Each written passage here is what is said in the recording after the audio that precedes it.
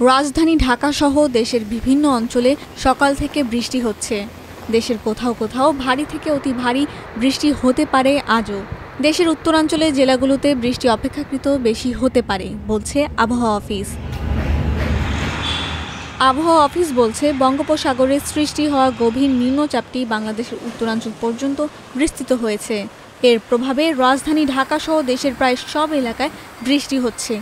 এদিকে মৌসুমি বায়ুও বেশ সক্রিয়। এই কারণে বেড়েছে বৃষ্টির পরিমাণ। ৪৪ থেকে ৮৮ মিলিমিটার বৃষ্টি হলে তাকে ভারী বৃষ্টি বলে।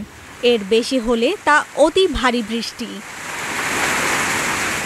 এরই মধ্যে আবহাওয়া অফিস দেশের ৪ বন্দরকে ৩ নম্বর স্থানীয় সতর্ক সংকেত দেখাতে বলেছে। গভীর নিম্নচাপের প্রভাবে সমুদ্র উত্তাল রয়েছে, তাই সমুদ্র এলাকায় মাছ ধরার ট্রলার বা নৌকাকে সাবধানে থাকতে বলা হয়েছে। সাধারণত অক্টোবরের মাঝামাঝি সময় পর্যন্ত দেশে মৌসুমি বায়ুর প্রভাব থাকে। এর মাঝে কখনো কখনো নিম্নচাপ বা গভীর নিম্নচাপের সৃষ্টি হয়। এবারের গভীর নিম্নচাপটি পশ্চিম মধ্য বঙ্গোপসাগরে সৃষ্টি হয়েছে। এর প্রভাব প্রথম দিকে দেশের উপকূলীয় অঞ্চলে বেশি দেখা যায়। পরবর্তীকালে বাংলাদেশের উত্তরাঞ্চলে প্রভাব বিস্তৃত হয়েছে।